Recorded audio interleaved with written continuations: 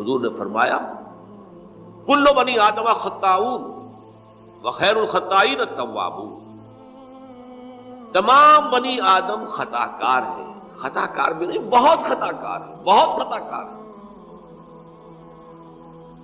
لیکن ان خطا کاروں میں بہتر لوگ وہ ہیں جو خوب توبہ کرتے ہیں، غلطی ہو گئی توبہ کرتے ہیں۔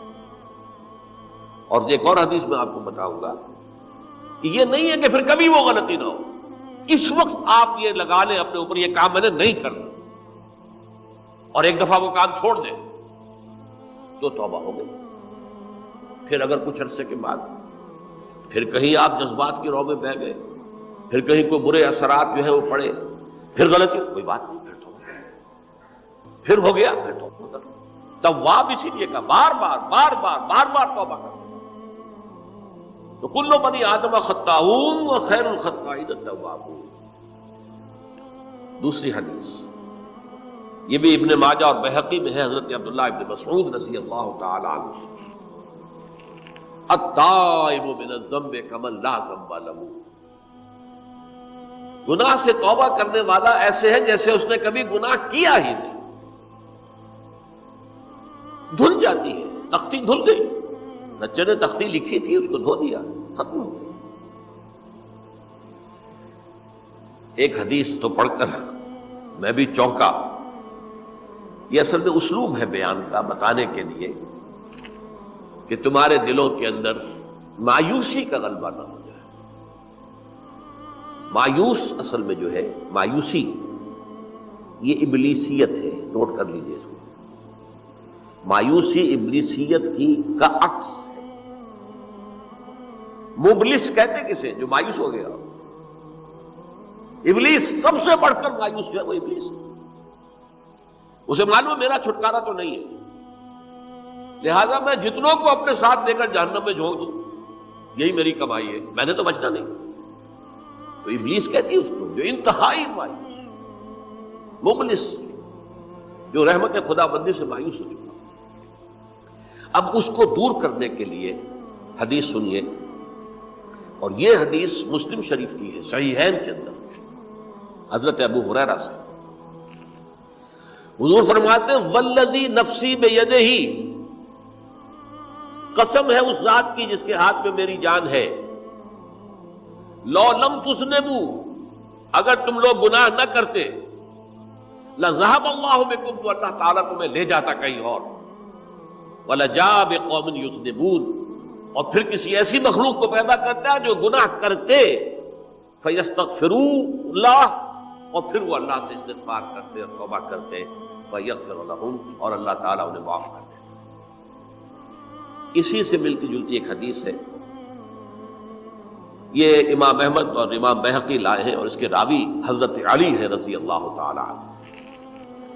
ان اللہ یحب العبد المؤمن المفتن التواب، ان اللہ یحب، اللہ تعالی محبت کرتا ہے اپنے اس بندے سے، العبد المؤمن، جو مومن ہو۔ اس کی ایک اور بڑی پیاری حدیث آئے گی، المفتن التواب، جو بہت فتنوں میں مبتلا ہو جاتا ہو اور پھر بہت توبہ کرتا ہو،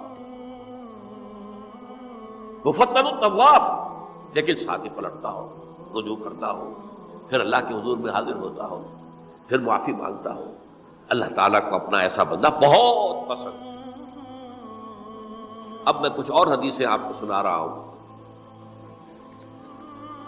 توبہ کا دروازہ دو اعتبارات سے کہا گیا ہے کہ ایک وقت آنے پر بند ہو جاتا ہے۔ ایک حدیث کے تو الفاظ میں نوٹ کر کے نہیں لایا ہوں کہ اللہ تعالیٰ نے توبہ کا ایک دروازہ اتنا چوڑا کھلا رکھا ہوا ہے کہ جس کو عبور کرنا جو ہے وہ سال ہر سال میں ممکن ہو، اور یہ بند نہیں ہوتا جب تک کہ سورج مغرب سے طلوع نہ ہو جائے۔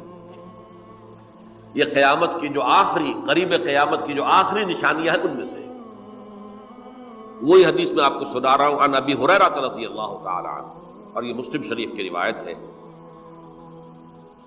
من تاب قبل ان تطلع الشمس من مغربها تاب اللہ علیہ، سورج کے مغرب سے طلوع ہونے سے قبل تک جو لوگ توبہ کریں گے اللہ تعالیٰ ان کی توبہ قبول کریں گے۔ البتہ جب وہ قیامت کی وہ نشانی ظاہر ہو جائے کہ سورج مغرب سے طلوع ہو رہا ہے، اب دروازہ توبہ کا بند ہے۔ اب اس کے بعد اگر توبہ کوئی کرتا ہے تو اللہ تعالیٰ اس کی توبہ کو قبول نہیں کرے گا۔ یہ تو اجتماعی سطح پر ہوئی۔ انفرادی سطح پر عن عبداللہ ابن عمر رضی اللہ تعالی عنہما عن النبی صلی اللہ علیہ وسلم قال ان اللہ عز وجل یقبل توبۃ العبد ما لم یغرغر۔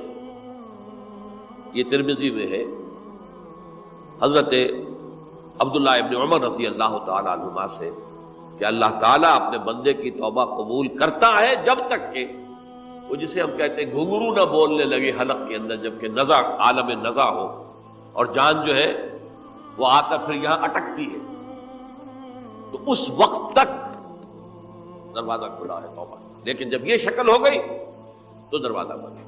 یہ انفرادی سطح پر ہو گیا، جب آپ کے موت کے آثار اتنے واضح ہو گئے کہ اب جا رہے ہیں، اب توبہ کریں گے تو توبہ قبول نہیں ہوگی۔ اجتماعی سطح پر جب قیامت جو ہے اس کی وہ گھڑی آ گئی کہ سورج مغرب سے طلوع ہو گیا، اب توبہ کا دروازہ بند۔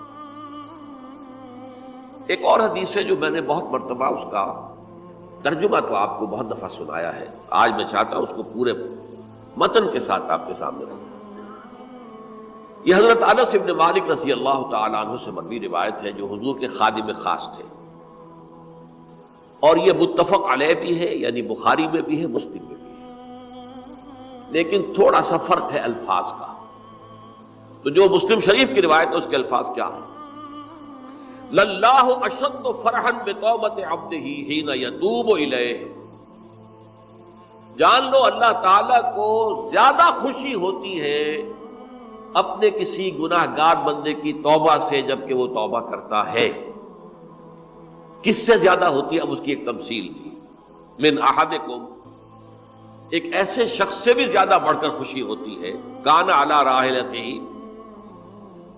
بارض الفلات، کہ جو بہت ہی دور دراز کے اور سنسان علاقے میں سفر کر رہا تھا،